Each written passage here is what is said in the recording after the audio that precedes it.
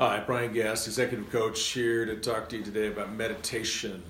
I want to give you an overview of what meditation is and a practical kind of step-by-step guide on how to meditate. I'll also throw in some of the benefits to meditation as well. I come at this topic as a 20-year meditator, a student of the Zen Buddhist tradition, studying under different teachers, doing these 8-day silent meditation retreats, and just my own kind of practice day to day. Meditation, it falls under the umbrella of mindfulness. Mindfulness is a larger umbrella term for things that bring you kind of present to reality, if you will. And that could be mindful breathing, yoga, tai chi, walking in nature. And meditation is one form of mindfulness. It's a specific form of mindfulness. And I think meditation is, some ways, it's a little more challenging, but it gives you such benefit. Why try any other form of mindfulness in my book? So the benefits of mindfulness as a general rule is that it can calm you down. It can produce a lot of stress reduction benefits.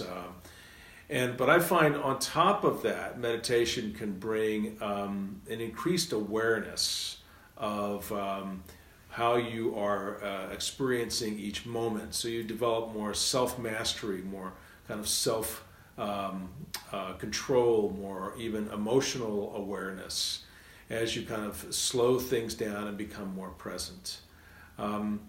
Meditation also kind of cultivates an ability to kind of at one point stay grounded, not emotionally reactive, and on the other hand, be in tune with the big picture. Meditation also is used as a spiritual practice by many. It's a way to differentiate the ego and the stories that your mind tells yourself about what's important and what's really true for you. In other words, you can distinguish that kind of false self side of ourselves that's very mind process oriented from this deeper true self or kind of true essence.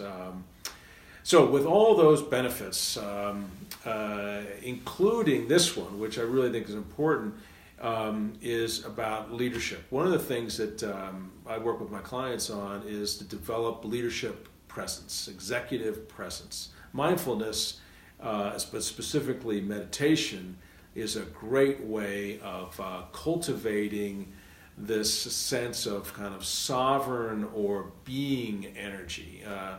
It's kind of like meditation is the way to facilitate the journey from being a kind of a busy, smart human doing to a wise, present human being.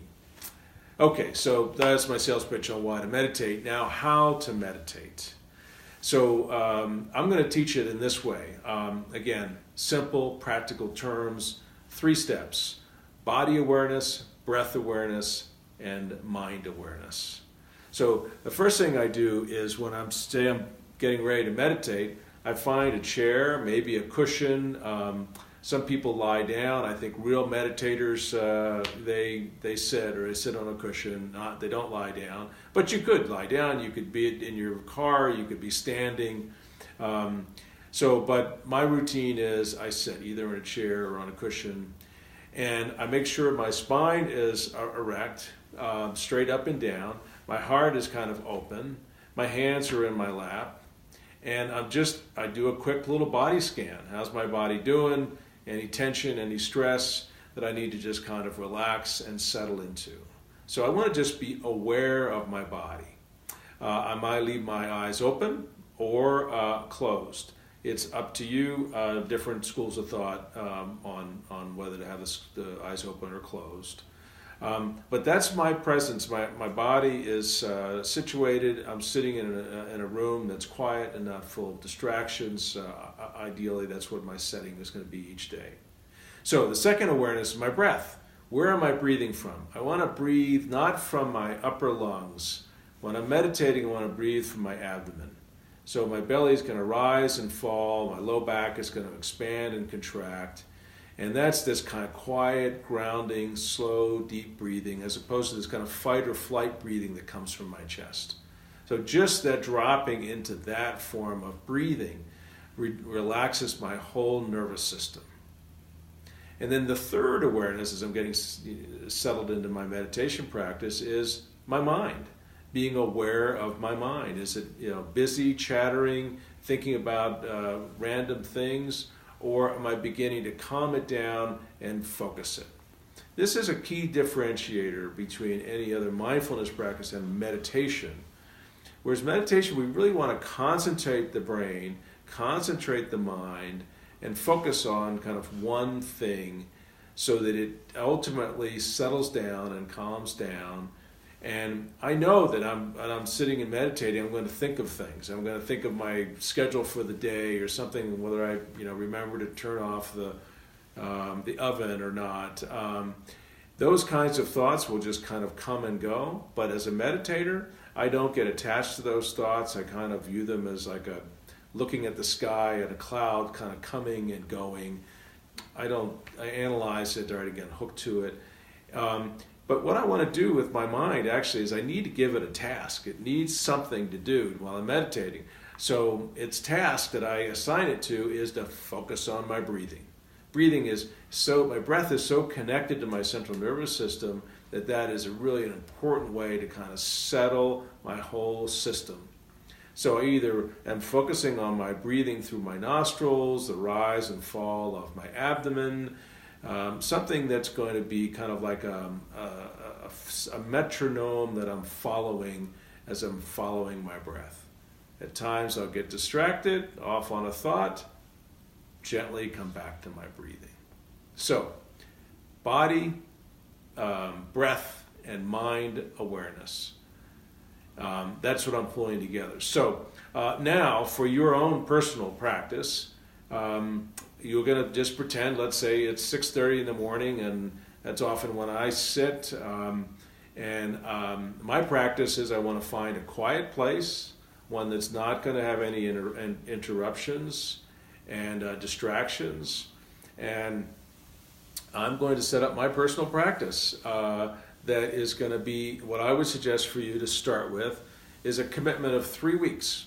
So I'm going to meditate for 3 weeks, starting, if I can, at the same time every day. If I can't, and I end up having to do it in the parking garage before I go in to see a client, that's when I get my meditation in.